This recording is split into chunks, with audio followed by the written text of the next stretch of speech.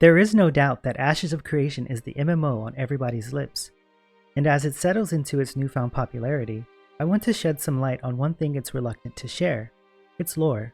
For those who are new to following development, it's been quoted over and over again about Steven's stance on this. He wants the players to discover the story of the world organically. While I do admire his stance, I will try to convince you why we need more lore than ever. Now, if you're a player whose sole purpose in a game is to power level and click through all the dialogue and story, this video might not be for you. This subject is something for those RPers that live and breathe it, and those who can appreciate world building. It is not uncommon for larger games, MMOs in particular, to overlook lore. Somewhere in development, either due to budget or indifference, world building becomes seen as a luxury rather than a necessity. These projects are shelled out as hollow pieces of garbage. They are forgettable, one-offs, and more times than not, failures.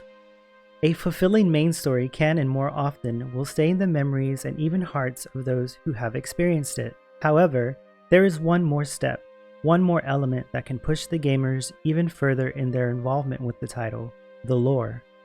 The games that stick with us and go on to live, even after they age, are those who grab us by the bootstraps and dip us into their depths of their universe. The narratives can cause a gamer to become capriciously invested. We are attracted to the vivacity of the land, their quests, their side quests, and the people.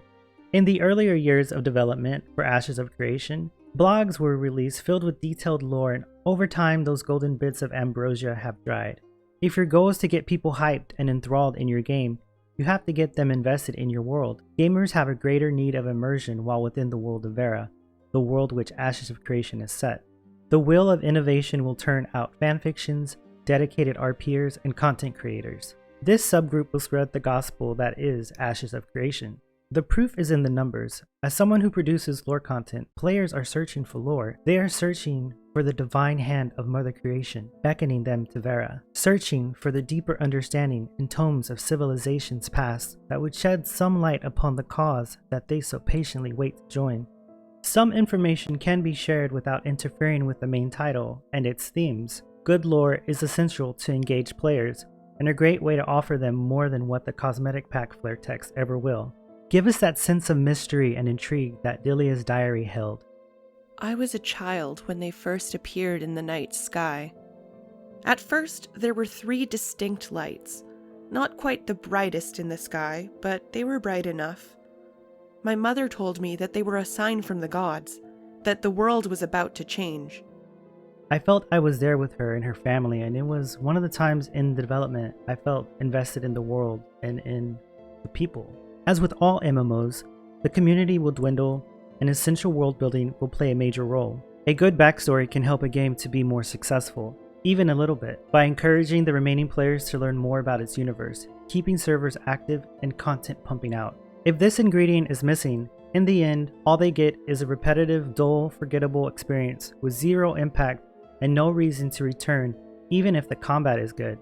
Games such as Lineage, Guild Wars 2, Final Fantasy, Elder Scrolls Online, and The Lord of the Rings Online have droves of loyal players for one small fact: their worlds are thick with lore. As with my examples, a good worked lore can drive players to get more attached to a game.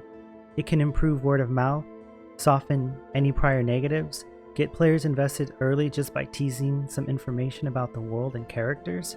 Like a good novel, it can captivate us and move us to engage with other fans, discussing theories and talking about the backstory for endless hours. Conveying a good lore is an achievement worth striving for, in my opinion. We each write our own lore each day we are alive and even after death. Someone somewhere has knowledge of us and passes it on to others. Whether used for subterfuge or adulation is entirely up to the storyteller. As we live and die in these fantasy realms, try to remember the stories and adventures that stayed with you, and how that single tale changed your gaming experience, or even your life. I hope that Intrepid Studios will release more lore for this amazing project. There is an audience and an overwhelming hunger for it. Only time and Steven will tell. So how important is lore to you? Let me know in the comments or on the forums. Have a good day, and thank you for watching.